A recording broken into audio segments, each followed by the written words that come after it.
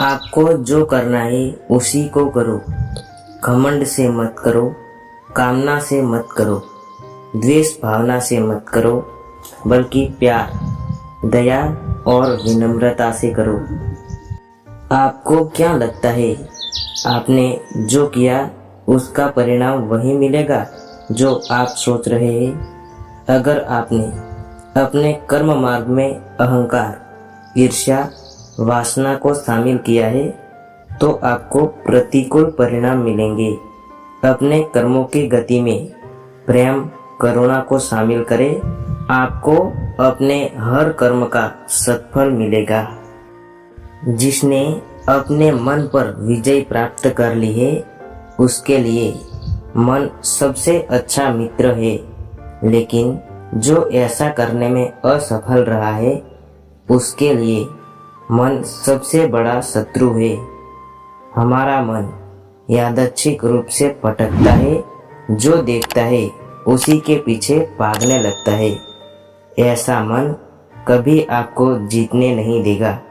अगर जीत मिल भी गई तो एक और नया लक्ष्य बना देगा, फिर उसके पीछे भागने लगेगा। ऐसे में आपका मन आपका सबसे बड़ा शत्रु बन जाएगा। मन से मित्रता करनी है तो इसकी कमान अपने हाथों में रखो, कभी इसे अपने से दूर मत भागने दो। जब कोई व्यक्ति दूसरों के दुख और सुख के प्रति अपने सुख दुख के भांति व्यवहार करता है तो उसने सर्वोच्च आध्यात्मिक मिलन प्राप्त कर लिया है। यह दुनिया मोह बंधन से बंधी हुई है। जो आपका है वह सभी का है, जो सभी का है वह आपका भी हो सकता है। भले ही आप कुछ समय के लिए किसी वस्तु को अपने अधीन करके मालिकाना हक जमा सकते हैं, ये आध्यात्मिक मार्ग नहीं है। इंसान को भौतिक वस्तुओं की बजाय भावनात्मक रूप से लोगों से जुड़ना चाहिए। एक दूसरे के सुख दुख को अपना समझना चाहिए, न कि भौतिक और दैहिक वस्तुओं को। सभी प्रकार के हथियारों में समय सबसे बड़ा हथियार है, क्योंकि समय सब कुछ मार देता है। जो गया वह तो अतीत हो गया, जो चल रहा है वह वर्तमान है। कुछ क्षण बाद यह भी अतीत हो जाएगा। आज आप जिसको भविष्य कह रहे हैं वह भी एक दिन अतीत बन जाएगा। समय सबको मारकर आगे बढ़ रहा है, कभी रुको मत, आगे बढ़ते चलो। अपने कर्तव्यों को बखूबी निभाए। कुछ करना कुछ न करने से बेहतर है। हमारा उद्देश्य यह होना चाहिए कि हमें कुछ न कुछ करते रहना चाहिए। कुछ करना इसलिए बेहतर है क्योंकि कुछ करने से आपको कुछ अनुभव जरूर मिलेगा। मन चंचल है। हर बार जब मन गलत व्यवहार करता है तो यह आपकी बात नहीं मानेगा।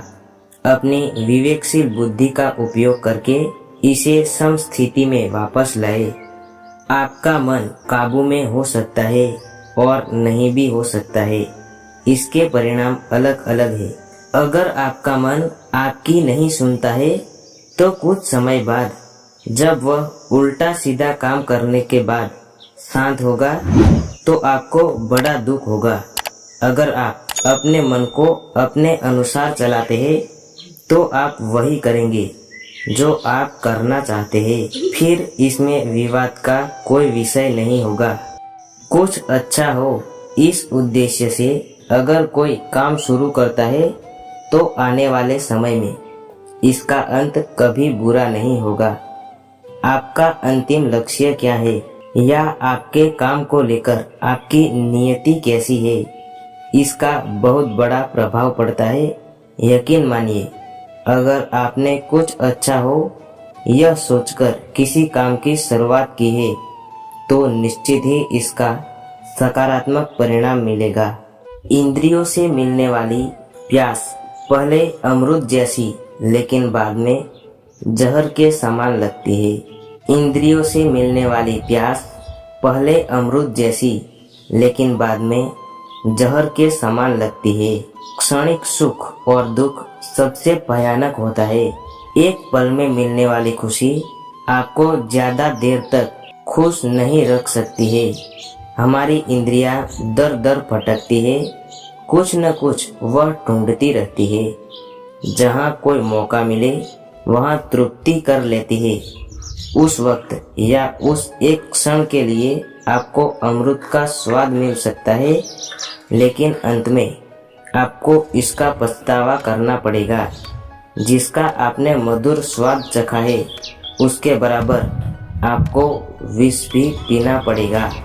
खुशी हमारे भीतर की एक आस्था है, भौतिक दुनिया का इससे कोई संबंध नहीं है। सबसे दिव्य प्रेम माता और पुत्र का है। अपने काम पर अपना दिल लगाओ, लेकिन उसके परिणाम पर कभी नहीं।